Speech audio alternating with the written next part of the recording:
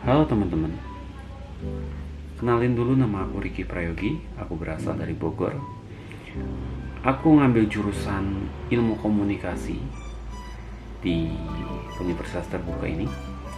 Oke, kali ini topik yang aku mau bahas adalah topik mengenal COVID-19. Oke, COVID-19 adalah penyakit menular yang disebabkan oleh virus corona yang baru ditemukan saat ini, dan penyakit yang tidak dikenal sebelum terjadinya wabah di Wuhan yang berada di negara China pada bulan Desember 2019. Sejarah penemuan terlebih dahulu. Pada tanggal 31 Desember 2019, World Health Organization atau disebut dengan sebutan WHO mendapatkan informasi mengenai kasus pneumonia yang terjadi di kota Wuhan, provinsi Hubei, China. Tanggal 7 Januari 2020, otoritas Cina mengonfirmasi telah mengidentifikasi virus baru, yaitu virus corona yang merupakan famili virus flu seperti virus SARS dan MERS, atau yang mana dilaporkan lebih dari 2000 kasus infeksi virus tersebut terjadi di China, termasuk di luar provinsi Hubei. Virus corona atau CO5 atau V merupakan famili virus yang menyebabkan penyakit mulai dari flu biasa hingga penyakit yang lebih berat seperti Middle East Respiratory Syndrome atau MERS-CoV dan Severe Acute Respiratory Syndrome atau SARS. Pada 11 Februari 2020, WHO mengumumkan nama virus corona jenis baru tersebut adalah coronavirus disease 2019, disingkat menjadi COVID-19. Masa inkubasi bervariasi antara pasien, yaitu 2-14 hari setelah terpapar COVID-19 berdasarkan periode inkubasi yang menunjukkan sebelumnya. Pada virus MERS, masa inkubasi 24 hari telah diamati dalam penelitian terbaru. WHO mengatakan periode inkubasi yang panjang dapat mencerminkan paparan ganda coronavirus. Menurut laporan terbaru, ada kemungkinan orang terinfeksi COVID-19 dapat menular sebelum menunjukkan gejala yang signifikan. Penularan dari orang ke orang diperkirakan terjadi melalui droplet. Ketika orang yang terinfeksi batuk atau bersin, mirip dengan bagaimana influenza dan patogen pernapasan lainnya yang dapat terhirup ke dalam paru-paru. Penularan COVID-19 dapat juga terjadi dengan menyentuh permukaan atau objek yang memiliki virus di atasnya, dan kemudian orang tersebut menyentuh mulut, hidung, atau mungkin mata mereka sendiri. Adakah antibiotik yang mencegah dan mengobati COVID-19? Antibiotik tidak bekerja melawan virus. Antibiotik digunakan hanya untuk melawan bakteri. Antibiotik tidak boleh digunakan sebagai sarana pencegahan atau pengobatan infeksi virus itu sendiri. Namun, antibiotik akan diberikan karena infeksi sekunder bakteri mungkin terjadi saat pasien tersebut dirawat di rumah sakit. Pencegahan penularan COVID-19. Yang pertama, cuci tangan selama 20 detik dengan sabun dan air mengalir sesuai dengan standar WHO. Hindari kerumunan atau keramaian. Ketiga, jaga posisi jarak dengan orang lain. Yang keempat, hindari melakukan kontak langsung dengan orang yang sakit. Yang kelima, konsumsi secara rutin vitamin yang dapat meningkatkan kekebalan tubuh saat sehat dan mempercepat penyembuhan saat sedang sakit. Yang keenam, gunakan selalu masker untuk saat keluar rumah.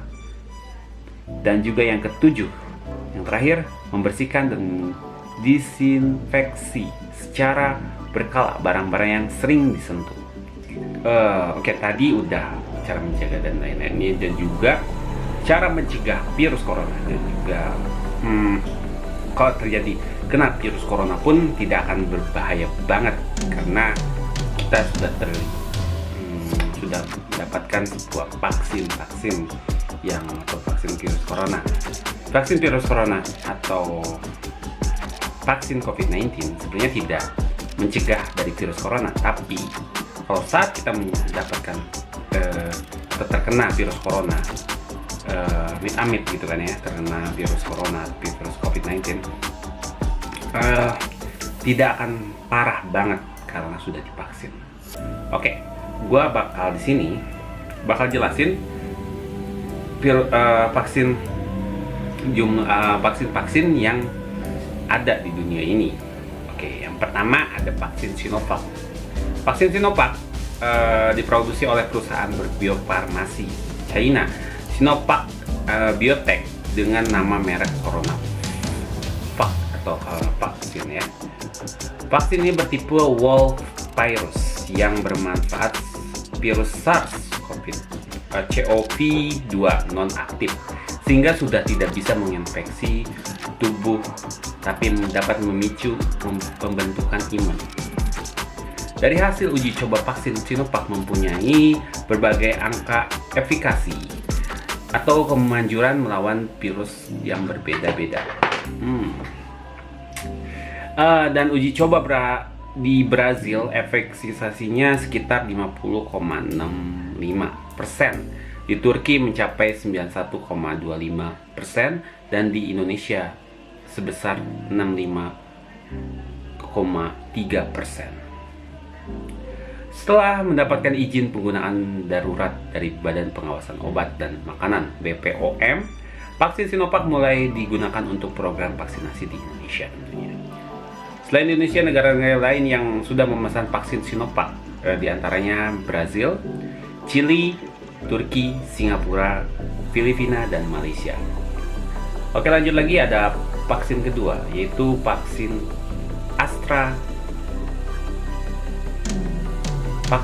AstraZeneca.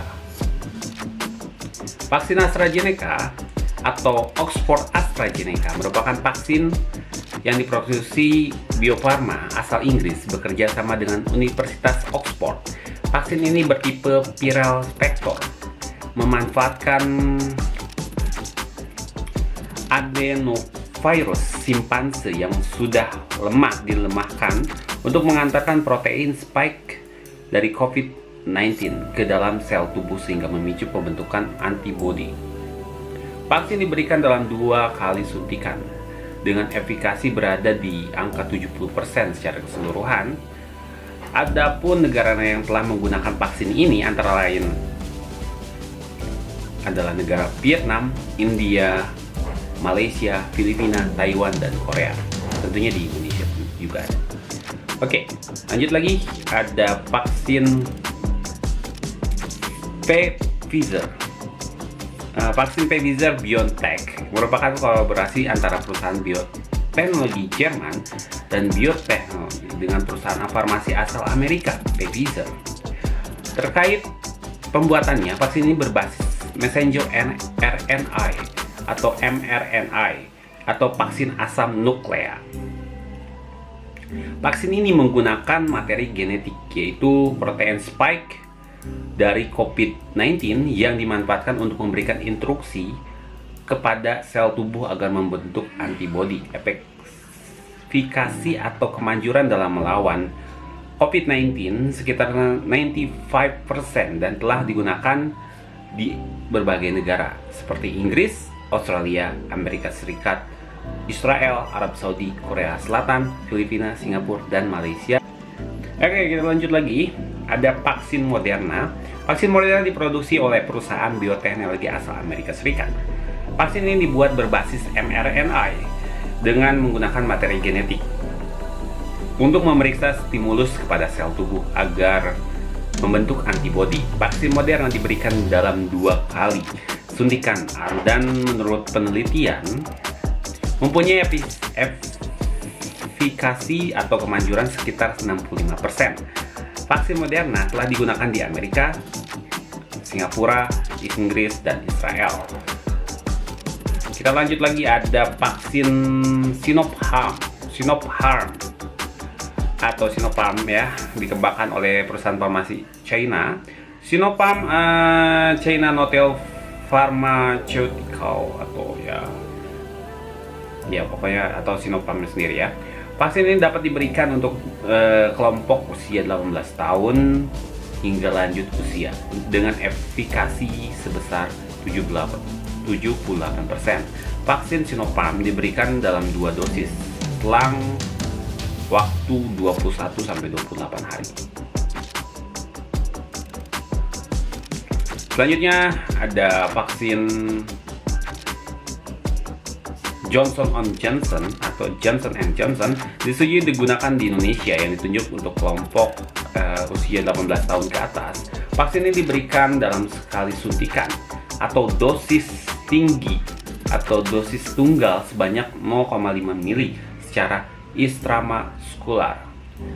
Melansir situs resmi kompas.com, efikasi vaksin Johnson sebesar 67,2% untuk mencegah semua gejala dan 66,1% untuk mencegah gejala COVID-19 sedang hingga berat. Johnson merupakan vaksin yang dikembangkan Johnson Pharmaceutical Company dengan platform non-replicating viral vector menggunakan vektor adenovirus. Vaksin diproduksi di beberapa fasilitas produksi seperti Grand River USA, Aspen South Africa, dan Catalent Indiana USA. Selanjutnya ada vaksin CanSino, vaksin yang dikembangkan oleh CanSino Biology Inc. dan Beijing Institute of Biotechnology, mempunyai merek dagang Confidencia. Vaksin ini menggunakan platform adenovirus AD5 yang disimpan dalam suhu 2-8 derajat Celcius. Untuk efikasinya, vaksin Confidencia memberikan perlindungan pada semua gejala sebesar 65,3% dan 90,1% terhadap kasus berat.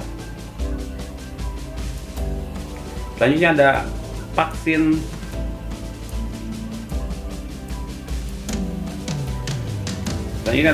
Sputnik 5 atau 5.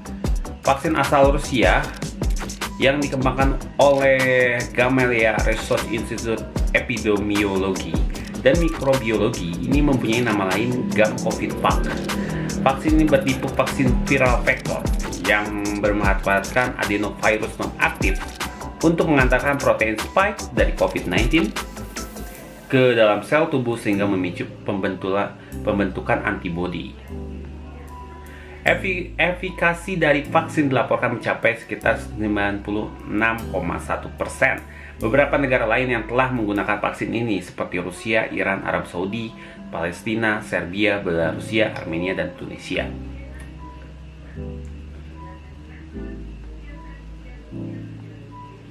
Oke, segitu saja yang gua sampaikan tadi. Kurang lebihnya mohon maaf jika ada salah-salah kata atau apapun itu, karena gua kurang mengerti juga tentang COVID-19 karena gue bukan seorang dokter tentunya. Gue hanya mengerti sedikit doang yang gue lihat di artikel-artikel yang gue baca dan juga yang ada di artikel berita dan juga lainnya tentunya. Oke, thank you so much for watching us, dan juga selalu jaga protokol kesehatan, selalu menjaga jarak, tidak berkerumunan, menggunakan selalu masker, dan juga selalu mencuci tangan dan menggunakan sanitizer, dan juga jangan lupa vitamin, itu yang penting juga. Oke, penting lagi satu lagi penting, yaitu olahraga juga penting. Oke, thank you so much for watching us, and terima kasih telah nonton gua di sini, and see you next time, and see you, bye bye.